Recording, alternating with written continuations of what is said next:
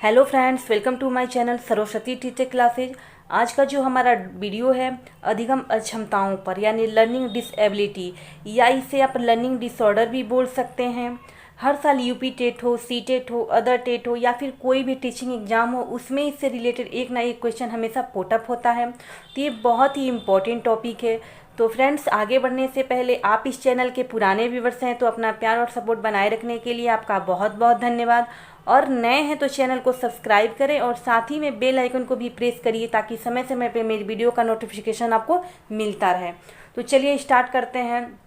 तो आइए देखते हैं कि कौन कौन सी लर्निंग डिसेबिलिटी इसमें है। तो फर्स्ट है हमारा डिसलेक्सिया, यानी यह एक पठन विकार है, यानी पढ़ने से संबंधित डिसऑर्डर है।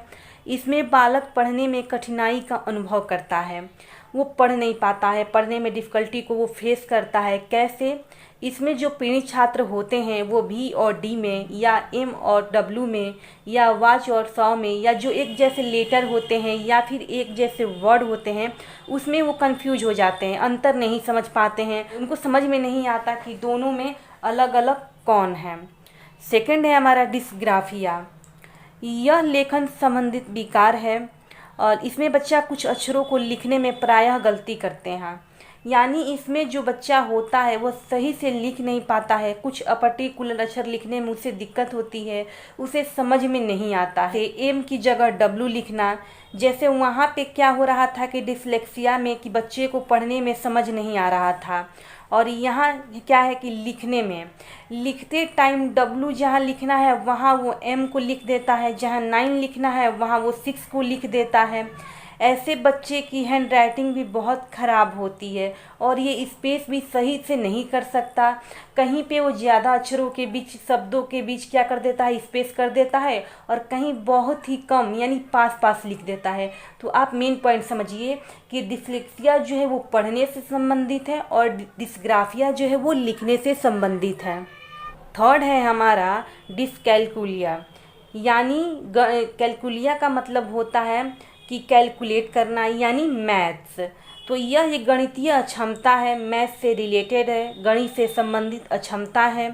तो छात्र गणित के तथ्यों, नंबरों को समझने में कठिनाई महसूस करते हैं, यानी वो मैथ्स के जो फैक्ट्स हैं, सूत्र हैं, उनको अच्छे से नहीं समझ पाते हैं, नंबर भी उनको समझ में नहीं आते, याद भी नहीं रहते नंबर।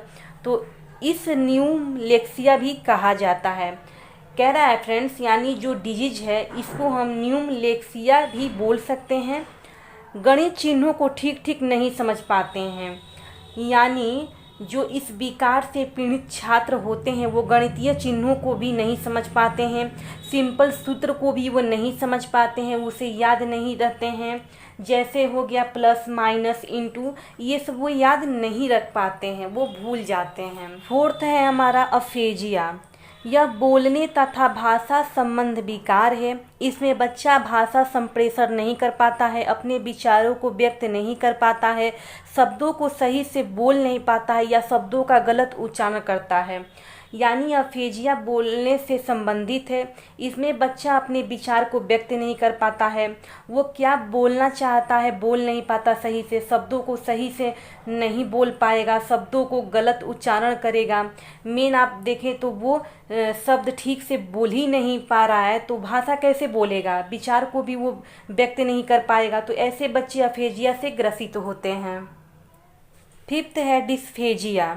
यह भी भाषा संबंधित विकार है, किंतु यह मानसिक रूप से क्षतिग्रस्त होने से हो जाता है। अफेजिया और डिफेजिया में ज़्यादा अंतर नहीं है, ये भी भाषा संबंधित ही विकार है, किंतु मानसिक रूप से क्षतिग्रस्त होने से ये हो जाता है, यानी कि पहले से नहीं होता, बचपन से नहीं होता ये। अगर कोई व्यक्ति की या फिर बच्चे की सर में चोट लग गई किसी वजह से तो वो चांसेस होता है फिर वो बोलने में कठिनाई को महसूस करता है या उच्चारण करने में, तो फिर उसको हम डिस्फेजिया कहते हैं। अगर ऑप्शन आएगा तो कोई एक ही आएगा, अफेजिया या डिस्फेजिया, इसे आप याद रखिए। 6 है डिस्थीमिया। यह एक तनाव संबंधित विकार है, तनाव संबंधित यानी डिप्रेशन से रिलेटेड विकार है। इसमें बच्चा या व्यक्ति तनाव से ग्रस्त हो जाता है, उसके सोचने की क्षमता नकारात्मक हो जाती है, वह अपने आप को बेकार, नकारा, हारा हुआ समझने लगता है, यानी कि वो बहुत ही नेगेटिव होता है, अपने नेगेटिव विचार उसके अंदर माइंड में हमेशा रहते हैं, वो नकारात्मक ही सोचता है अपने बारे में या फिर दूसरों के बारे में हो, वो अपने आप को बेकार, नकारा, हारा हुआ समझने लगता है। तो उसे हम क्या कहते हैं, डिस्थीमिया बोलते हैं। 7th है हमारा डिस्फ्रेक्सिया। इस बच्चे के मस्तिष्क में कोऑर्डिनेशन न होने के कारण उसके पेशीय कौशल, मोटर स्किल प्रभावित होते हैं। बच्चों की मांसपेशियों में कोऑर्डिनेशन नहीं बन पाता है। यानी कि डिस्प्लेक्सिया को आप कह सकते हैं फिजिकल डेवलपमेंट, यानी शारीरिक विकार से संबंधित वो होता है। इसमें बच्चे का पेशीय कौशल यानी कि मोटर स्किल प्रभावित होती है और इसके मांसपेशियों में भी कोऑर्डिनेशन नहीं बन पाते हैं, जिसमें क्या होता है कि सूक्ष्म पेशीय कौशल यानी कि फाइन मोटर स्किल हो, या फिर जैसे आप समझ सकते हैं कि उसे लिखना हो गया या फिर ड्राइंग बनाना हो गया, जिससे हम अपने छोटे छोटे उंगलियों को यूज करते हैं, तो वो नहीं कर पाता है। कह रहा है कि स्थूल पेशीय कौशल यानी कि ग्रॉस मोटर स्किल दोनों प्रभावित होते हैं। जैसे कि दौड़ना है, जंपिंग करना है, तो ये सारी चीज़ें कहाँ होती हैं, प्रभावित हो जाती हैं, दोनों की दोनों। तो ये थे कुछ अधिगम संबंधित विकार, जिनमें से डिस्फ्रेजिया, डिस्ग्राफिया, डिसलेक्सिया, कैलकुलिया ये बहुत ही इम्पॉर्टेंट है। अगर आपको समझ में ना आया हो तो आप बता सकते हैं।